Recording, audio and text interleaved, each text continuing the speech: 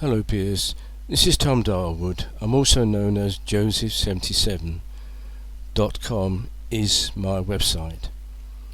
I've just been listening to your short debate regarding the changing of words in a famous Christmas carol. It is obviously a question of inclusion. That's what it's all about.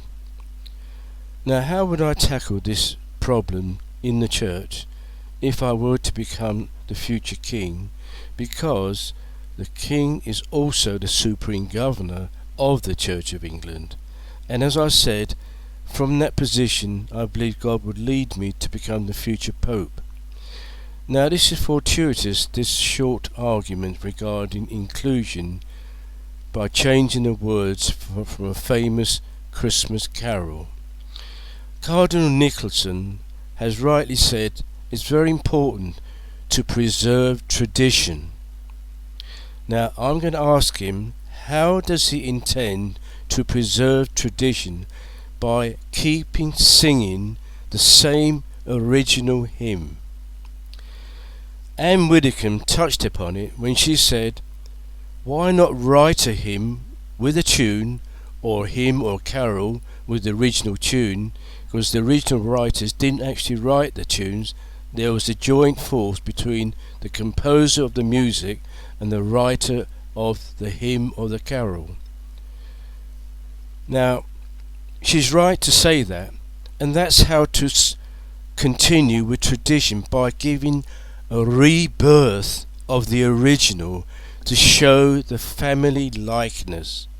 That's exactly what I've done, Miss Widdecombe. You can look it up, then you can tell Cardinal Nicholson you found someone with a gift to do this, who also believes he can become the future king, the future Archbishop of Canterbury, and the future Pope. But it is linked to something much, much bigger, which will help Jane Ozani to feel that here is a way in which she can get out of jail and not mess about with the original hymn or carol.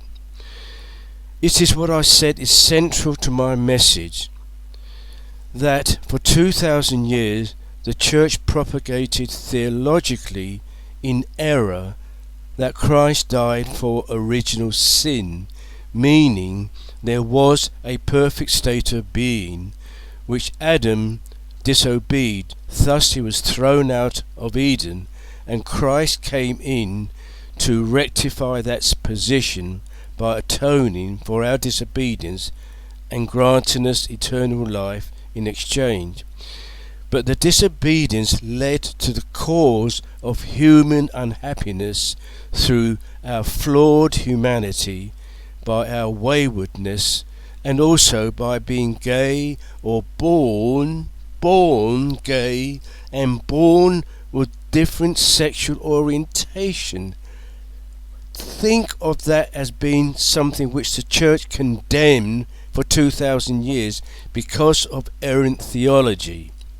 I'm saying, as a future pope, that Christ did not die for original sin, because that never existed. What Christ actually died is for our evolutionary development, which the church codified as original sin to give it power over the ordinary man and woman. Now, to deal with our evolutionary development, the Creator acted with a pincer movement, firstly with Christ, to create eye contact. He developed eye contact to something much more substantial and realistic through art and science, which gave us the intelligence to deal with all the challenges of life.